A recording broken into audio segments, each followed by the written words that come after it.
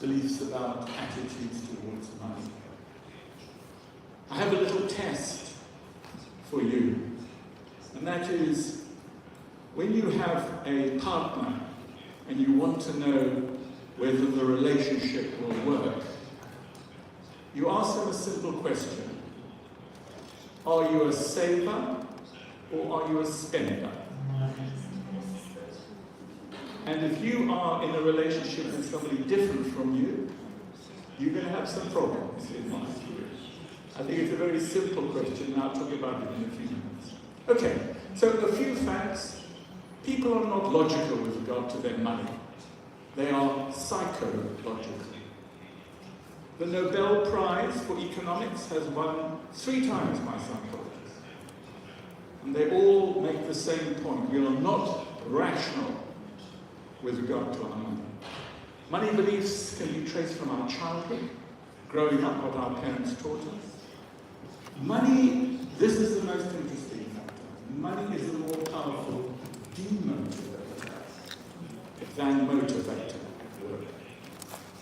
Money and happiness are not very closely related. And we use heuristics, we use short-term thinking for our money. So let me move on a little more swiftly.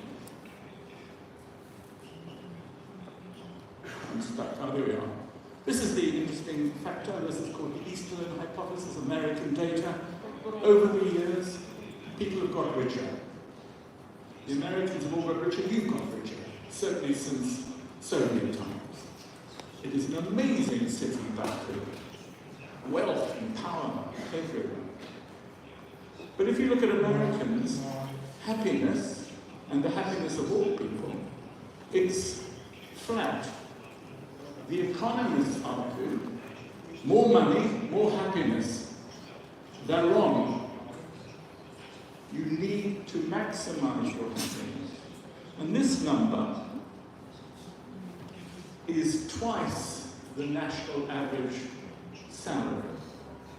So in America, if you earn $80,000 to $90,000, anything beyond that gives you no more happiness.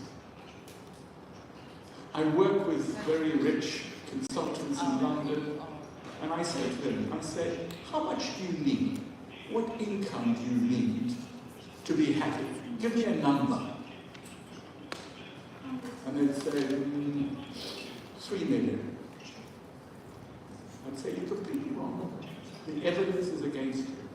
An interesting question, an important issue. Okay, let's move on. This is very important distinction between 2 types of motivation. Intrinsic motivation, extrinsic motivation. Intrinsic motivation, you do something for the joy of the activity. You like doing it, you don't have to be paid. Our hobbies, our pastimes. And I'm going to tell you a story which illustrates this. It's a true story. I live in the middle of London, and opposite my house there's a park, a very pretty park in which children play. I have a colleague 2 houses down who works with me, and he writes books like I write books. But the children make a lot of noise in the park, and they put him off. He wants the children to go away. How do you do it? Do you get a big dog? Do you pay them to go away? You say, okay, I pay this to not come and play. This is called the mafia method. Because what happens is they come back tomorrow and say, where's my money? To stop playing here. So he was very clever, my friend. He said, boys and girls, I'm going to give you money to carry on playing. I like you playing here. I'm going to give you money to play. Now their mothers and fathers had said, this is very strange. Paid to play. They took the money. Next day, he came and said, here's your play money, here's your play money. Very happy. Third day, here's your play money. Fourth day, oh, I haven't been to the bank, I have no money. Ha! They say, you think we're going to carry on playing here for no money? We're going. It is ridiculous to pay people to play. But if you pay them to play, they think they are playing for the money. And it changes everything. An orchestra, a volunteer orchestra, an amateur orchestra, is different from a professional orchestra. One is paid for the playing, and others pay for the joy of the activity. And that's why we have to make a distinction, why money is so paradoxical. Okay. So, here we go. This is a very famous theory from a long time ago, in the 1950s. If you ask people about psychology, they can always name Sigmund Freud, they know about Maslow, and they know about Hertzberg. And Hertzberg said, lots of things determine whether we are happy, but we can classify them into these things stop you being unhappy, these things make you happy. So you need both. You need these things, all of them in appropriate amount, to prevent satisfaction, and you need these to encourage satisfaction. And look there, money is not a factor which promotes satisfaction. It's simply a factor which prevents dissatisfaction. Now, his theory has been tested and agreed many times.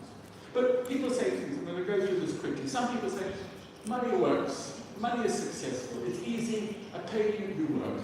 It's fair, you can do anything you want with money, money's satisfaction. Others say no, quite wrong. Money is sometimes a fair, not always. If people are very highly paid, they're not always willing to do it for extra money. And some people say that money doesn't work. I want to spend my time on this slide. No, I'm going to go to this slide. It's a very important slide. And it's about why money is not a good motivator. My wife used to work for an American company. And the American company had a policy, 3 times a year, every 4 months, they called you in, gave you a review. You either got more money or you were sacked. 3 times a year, you had a salary increase. Or you left. Because what they knew is, people adapt to the money. You start getting the money, how long does it last? You get an extra 1,000, yeah, it's great, it's great. 3 months later, it's forgotten. It's an addiction. If you want money to work, you need a lot of it, because people adapt to it very quickly. Secondly, and this is the most important, what is the single factor that predicts a person's satisfaction with their salary? You say to people at work, are you happy with the money you get paid? What one factor is the most powerful predictor? Answer, it's the salary of your colleagues. It's comparative, not absolute. It is a very interesting issue in my country, in America, where the salaries are open. I have a job in Norway. I'm a professor in Norway. Norway has one interesting characteristic, quite unique in the whole world. You can know everybody's salary. So you can know the directors here. You can look them up and find how much they get paid. It's very shocking. Everybody. Everybody. Now, in an organization, if you're working with somebody, working along, you talk a little bit about money, you don't talk about how much you know. But if you find out that this person who you work with, who you know how hard they work, and you know their productivity, gets paid more than you by nothing. You get very angry. It's not absolute comparison. And there's an issue about what's called inputs and outputs. How much you give, how much you get. And is that fair? But people do comparisons. I remember 20, 30 years ago, I went to America. And I went to a very famous university in America. And I was speaking to this man, he was about my age. And I was very happy at home. I was happy at the university. And he told me about his conditions. And he got more money than me, and he had a bigger office than me, and he had more holidays than me. And I came back angry. Nothing had changed. But I had compared myself with him. And that was a very serious factor. And then there's alternatives. This is my favorite game. In America, in Great Britain, people get 1 month on average holiday. I don't know what it's like in Azerbaijan, but that's on average, people get a month. In America, they only get 2 weeks on average. So I say to people, we're going to play a game. Here's the game. I'm going to offer you some money. Let me work in dollars. I'm going to say to you, I'll give you $5,000 or a week's extra holiday. Which do you want? $5,000 or a week? And if they say a week, I say, okay, $6,000, $7,000, $10,000. How much is a week worth?